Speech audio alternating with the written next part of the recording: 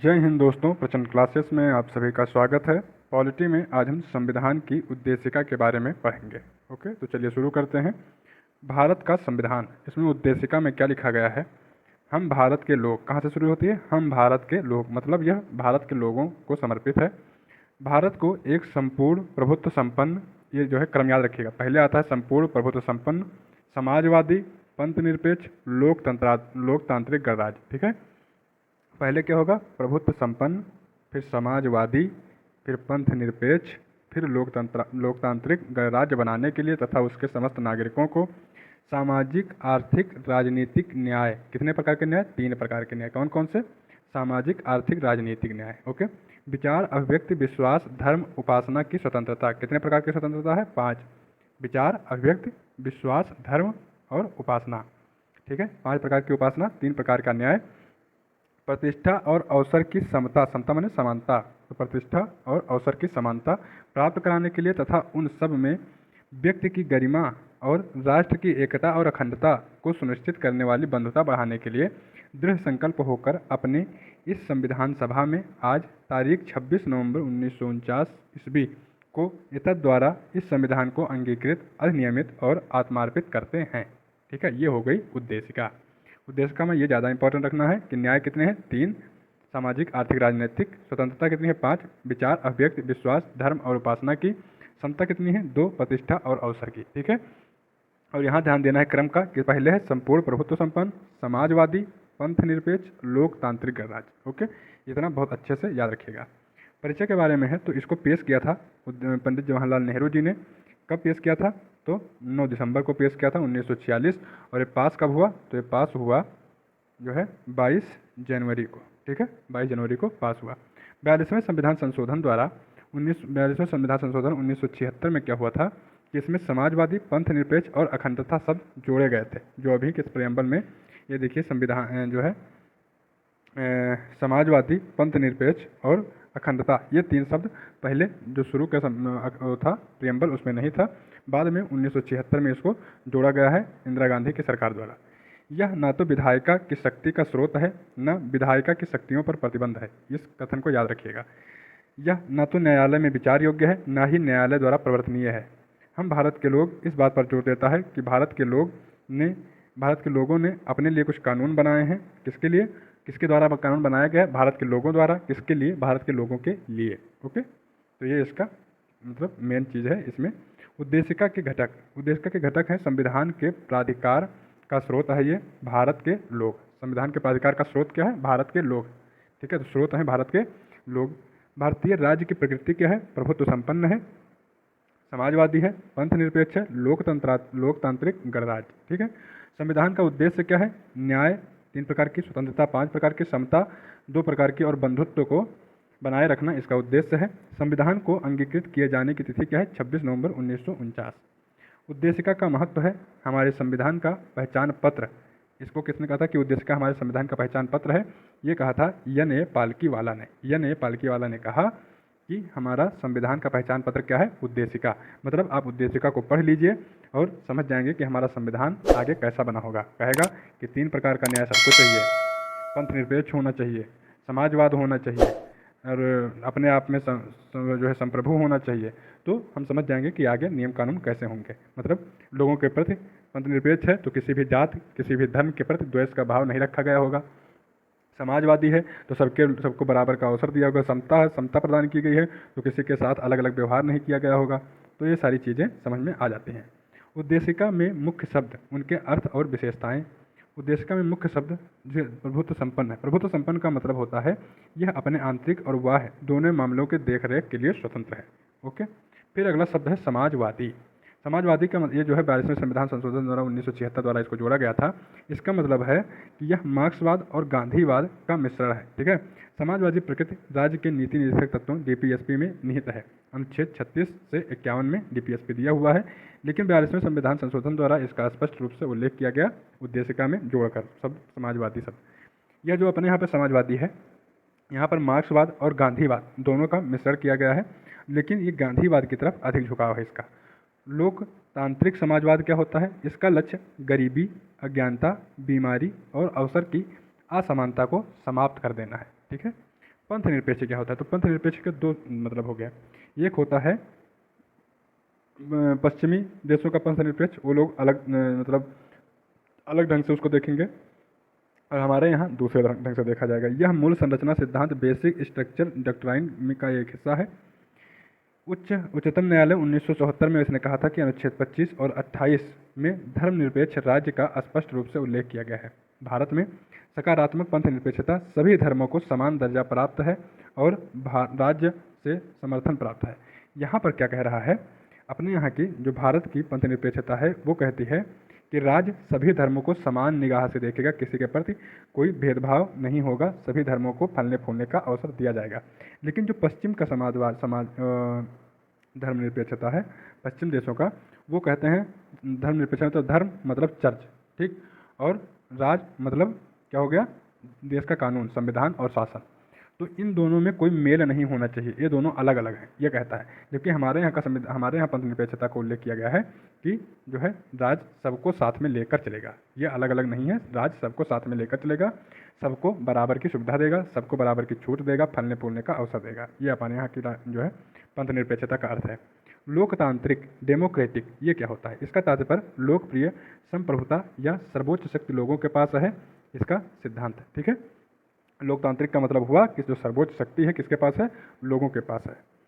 इसमें यह प्रतिनिधिक संसदीय लोकतंत्र का प्रतीक है, जिसमें कार्यपालिका विधायिका के प्रति उत्तरदायी होती है।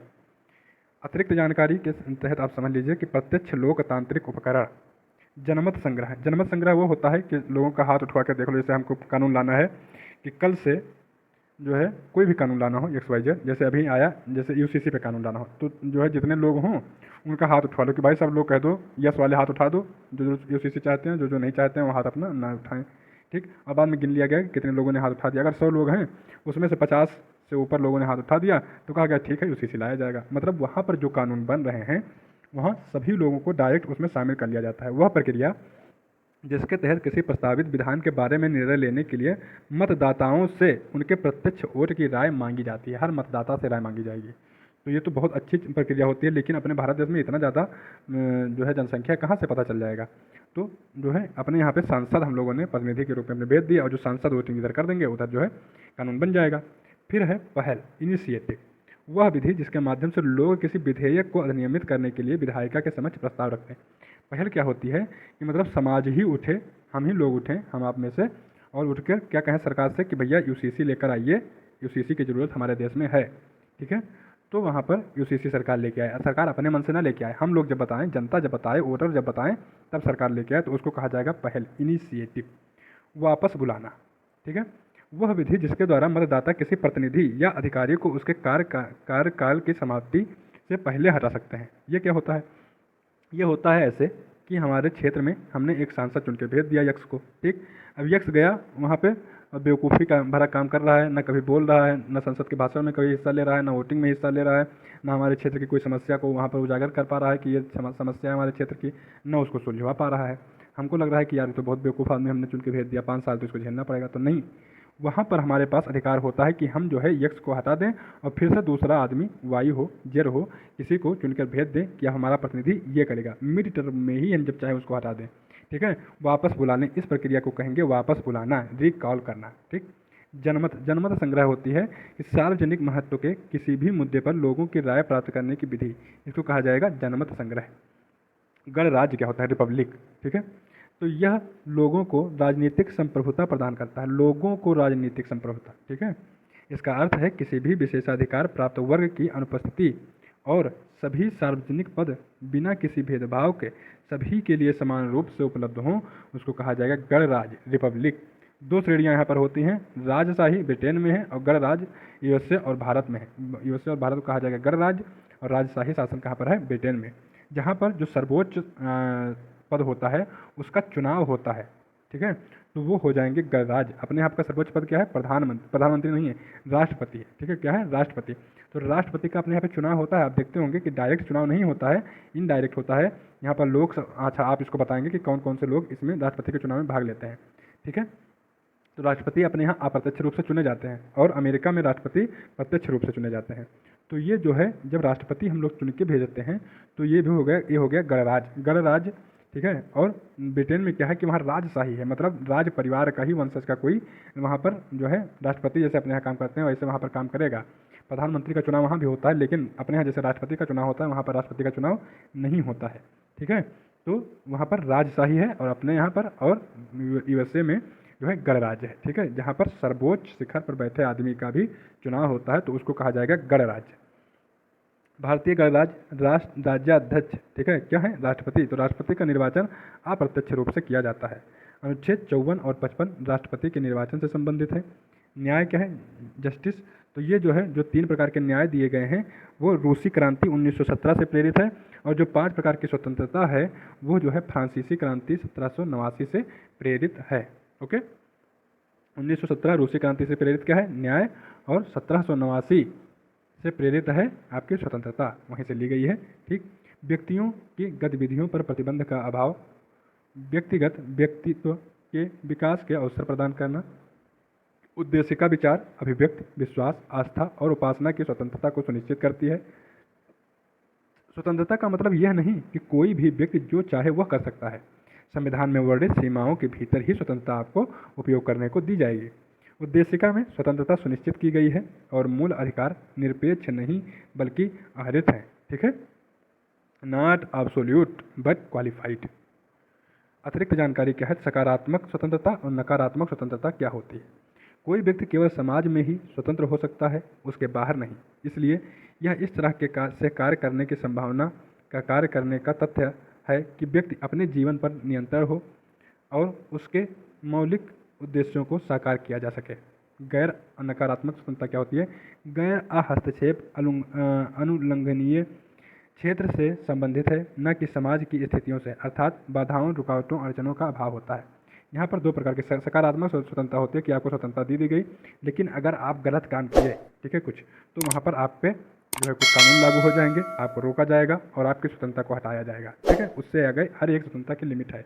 यहाँ पर नकारात्मक स्वतंत्रता में लिमिट नहीं है, आप स्वतंत्र हैं, ठीक है, तो आप कुछ भी करिए, कोई भी लिमिट नहीं है, तो यहाँ पर लोग उसका फ़ायदा उठाएंगे, उसका गलत प्रयोग हो जाएगा, तो ये स्वतंत्रता नकारात्मक स्वतंत्रता होगी। एक जो है जहाँ पर लिमिट है कोई स्वतंत्रता पर, वो सकारात्मक स्वतंत्रता है। ठीक, एक बहुत पुरानी लाइन है कि आपकी स्वतंत्रता वहीं पर समाप्त हो जाती है जहाँ पर दूसरों को उससे प्रॉब्लम क्रिएट होना शुरू हो जाए, दूसरों को प्रॉब्लम होने लगे, वहीं पर आपकी स्वतंत्रता दम तोड़ देती है, वहाँ से आगे आपको स्वतंत्रता अधिकार नहीं होता है। ठीक है, इसके पीछे एक कहानी थी कि एक आदमी था और छाता घुमाते हुए जा रहा था रोड पे, तो किसी को लग गया, उसने कहा भाई यह छाता सही से रखो, अपने पास रखो कि घुमा रहे हो, हमारे लग गया। कह रहा हम इसको घुमाने के लिए स्वतंत्र हैं।